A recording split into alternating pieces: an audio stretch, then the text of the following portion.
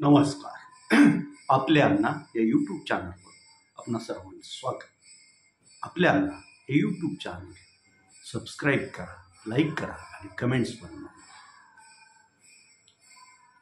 जिल्ह्याची ओळख ज्या देवीमुळं सर्व महाराष्ट्रच नव्हे तर देशात आहे, त्या आई तुळजाभवानी मंदिरात काही वर्षापूर्वी झालेल्या घोटाळ्यात 8 कोटीपेक्षा जास्त रकमेच्या झालेल्या घोटाळा प्रकरणी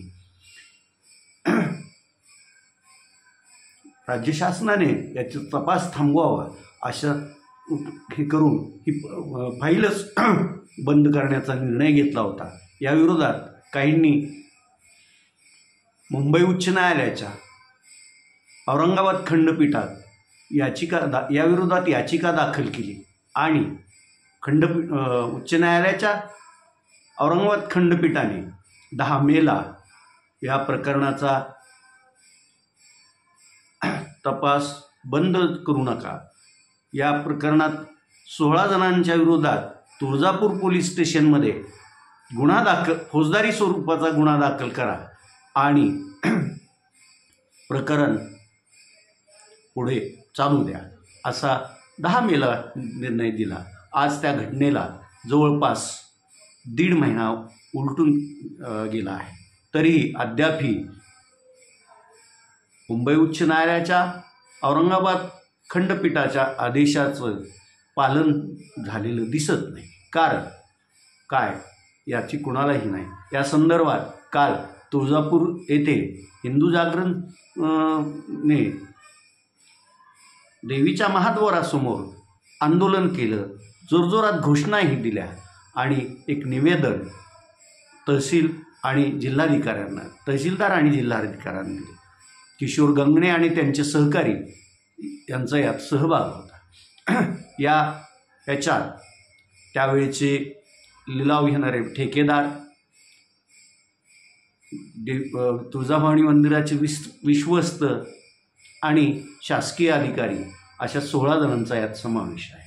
यामध्ये माजी मंत्री आणि तुळजापूरचे माजी आमदार मधुकरराव चव्हाण, जवळपास 8 ते 10 जिल्हाधिकारी, तुळजापूरचे त्या काळातील असलेले तहसीलदार आणि लिलाव घेणारे ठेकेदार आणि इतर काही मंडळी असं त्या 16 जणांचा समावेश आहे. आता जर लवकरात लवकर तुळजापूर पोलीस स्थानकात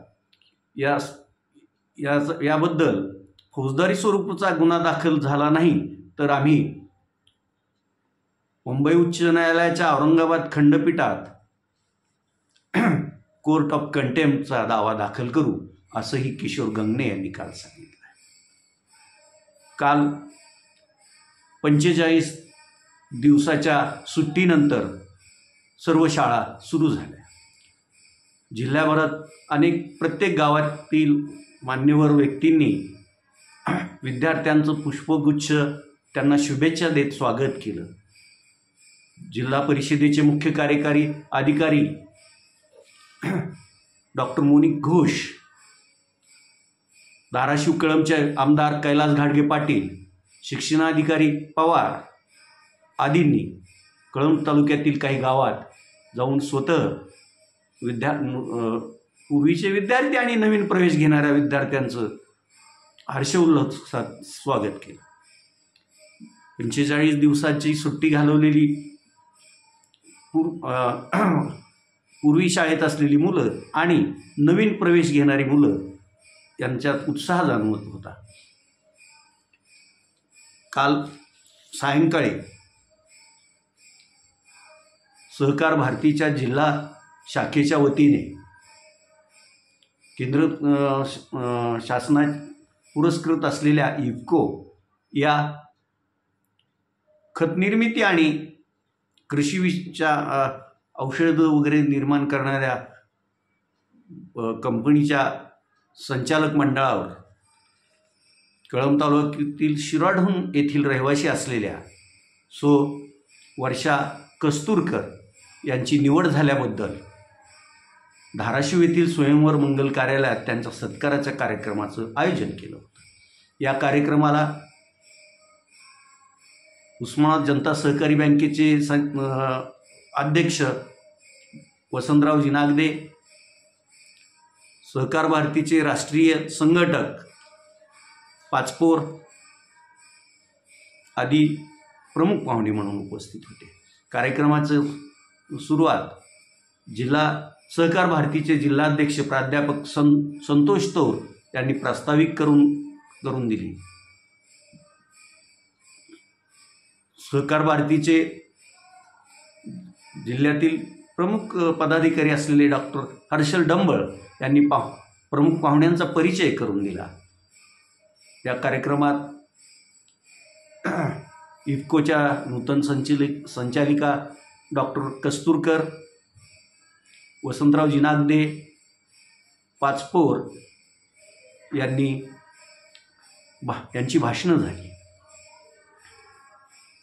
कार्यक्रम यशस्वी व्हावा यासाठी सहकार भारतीचे जिल्हा सरचिटणीस उद्धवराव गपाट, अभिलाष लोमटे आदींनी हा कार्यक्रम यशस्वी व्हावा यासाठी परिश्रम घेतले होते. जिल्ह्यात गेल्या एक सप्ताहापासून मोठा किंवा तुरळक असा पाऊस पडत आहे. याठी ज्या काही भागात पेरणीसाठी जमिनीत वापसा हवा असतो तसं झाल्यामुळे काही तुरळक ठिकाणी खरीपाची पेरणी पण सुरू झालेली आहे. आजही पाऊस येण्यासारखं वातावरण आहे. त्यामुळं जिथं वापसा नाही तेथील शेतकरी पावसानं थोडं काळ का होईना विश्रांती घ्यावं अशा त्यांच्या मनात इच्छा असणार हे नक्की. कारण थोडी पावसानं विश्रांती घेतली तर जमिनीत वापसा निर्माण होईल आणि पेरणी करता येईल असा त्यांचा होरा आहे. तुर्तास एवढंच. धन्यवाद.